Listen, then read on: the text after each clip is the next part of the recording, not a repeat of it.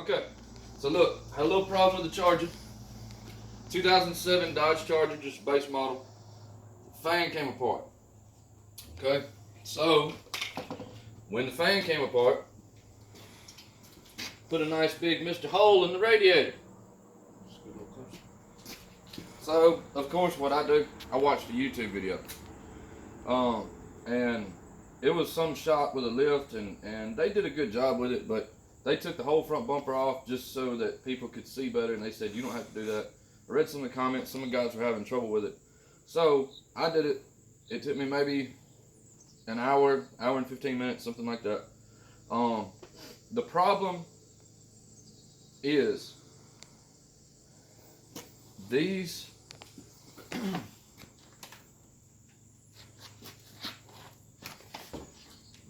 four bolts right here, these two aren't bad because they're on the bottom.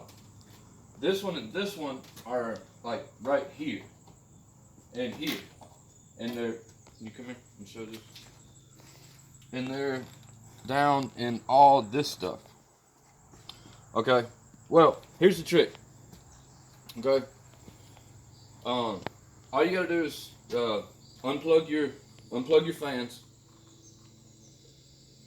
disconnect your upper and lower radiator hose. Then this is the thing, and it sits like this in the car. Okay, it's two 13mm bolts on this side, two 13mm bolts on this side. On the driver's side, you're gonna need like a 6 or 8 inch extension. But once you take these out and you disconnect your radiator hoses, you can kind of wiggle it a little bit and drop the whole thing down. And there's enough slack in your cables and stuff and your hoses. When you get it dropped down, it makes these two bolts so much easier to get to.